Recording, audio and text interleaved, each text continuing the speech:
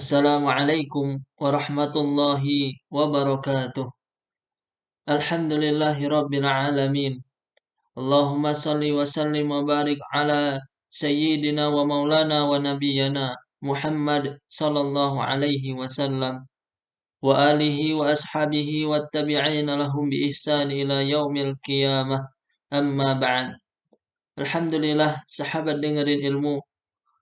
Kembali lagi di kesempatan kali ini, kita akan bersama-sama mendengarkan bagaimana akhlak Nabi kita, Nabi Muhammad sallallahu alaihi wasallam.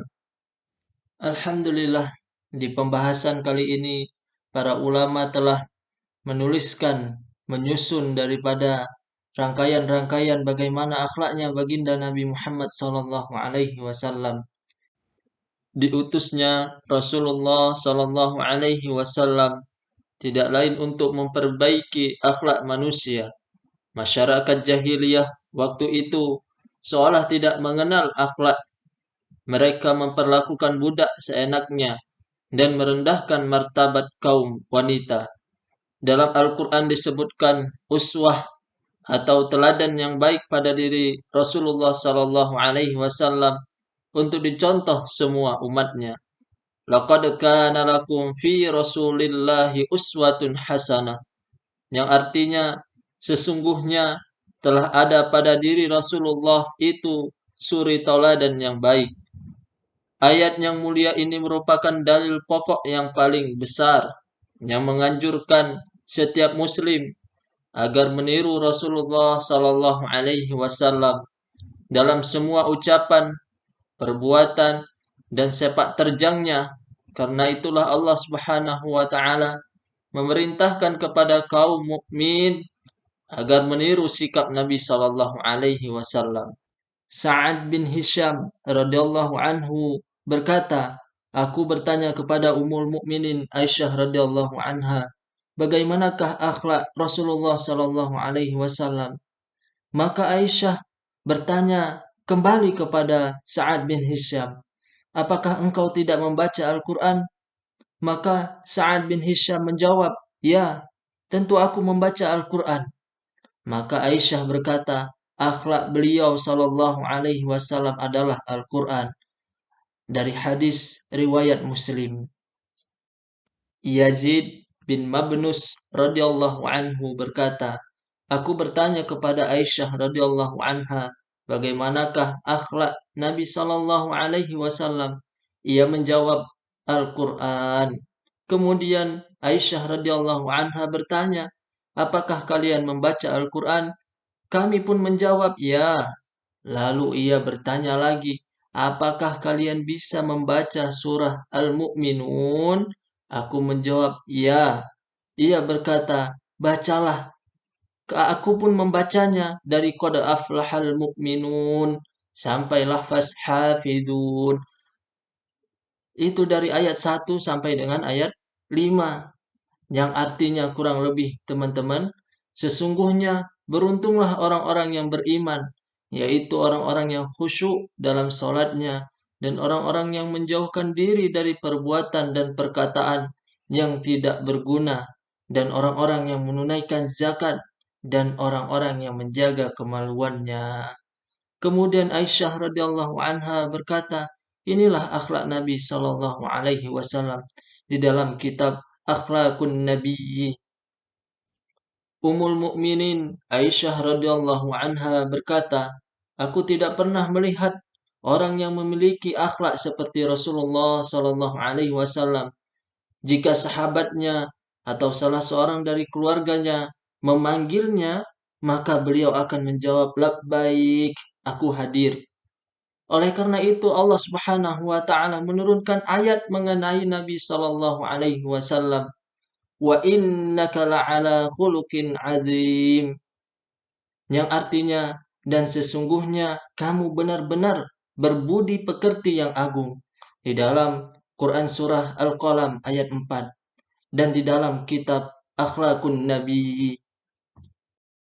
Maksudnya teman-teman, akhlak beliau sallallahu alaihi wasallam adalah merendahkan diri, sangat lembut hatinya, tidak menganggap bahwa melayani temannya sebagai perkara yang hina.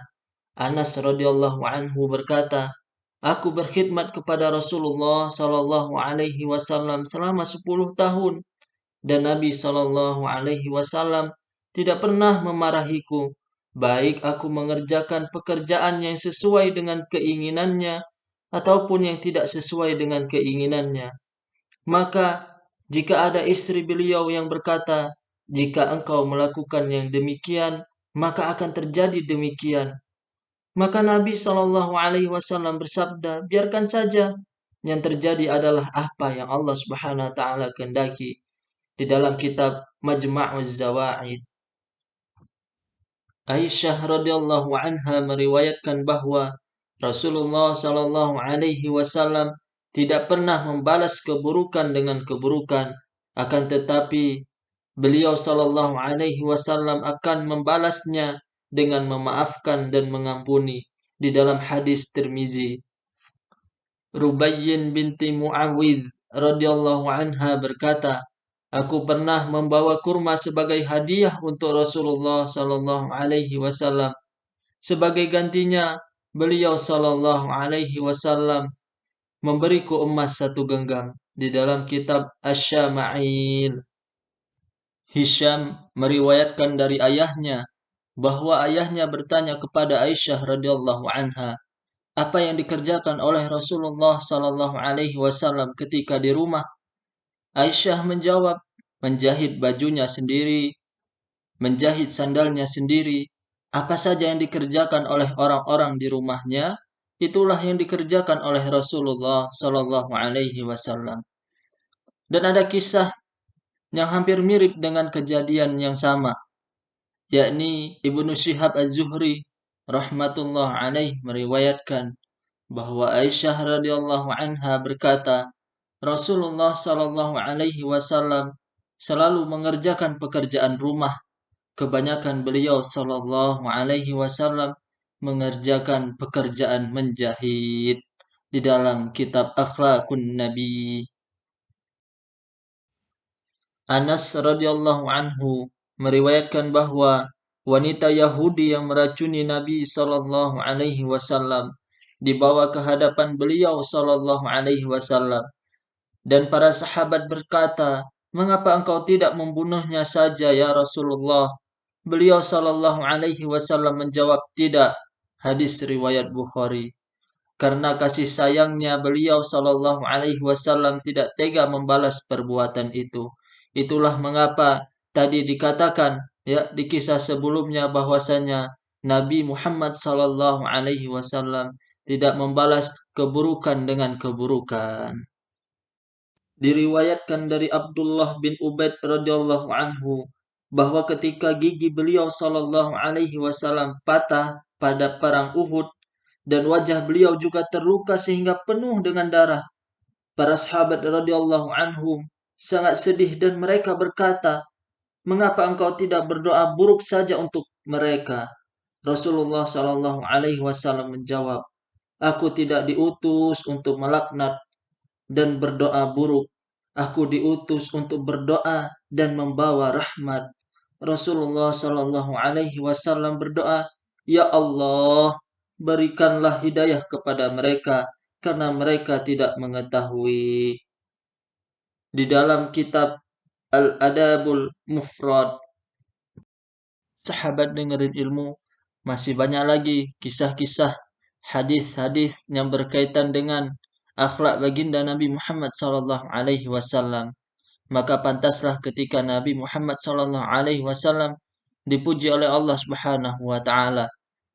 Bagaimana kita lihat akhlaknya Nabi Muhammad sallallahu alaihi wasallam sangat menjadi suri tauladan bagi kita umatnya. Maka semoga kita sebagai umatnya mampu untuk meniru bagaimana akhlaknya Nabi Muhammad sallallahu alaihi wasallam, meniru dan mengaplikasikan di kehidupan sehari-hari kita.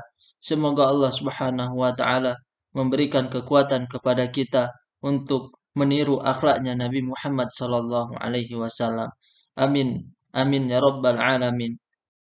Insyaallah di materi yang akan datang kita masih akan tetap membahas mengenai akhlak Nabi Muhammad sallallahu alaihi wasallam daripada hadis yang akan disampaikan oleh Ali karamallahu wajhah mengenai daripada akhlak Nabi Muhammad sallallahu alaihi wasallam.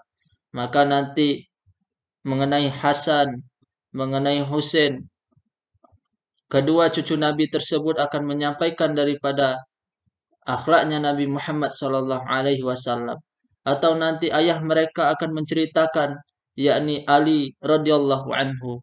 Maka sahabat dengerin ilmu, jangan lupa untuk mensubscribe agar teman-teman tahu ketika ada notifikasinya, ketika channel dengerin ilmu mengupload lagi video yang terbaru. Assalamualaikum warahmatullahi wabarakatuh.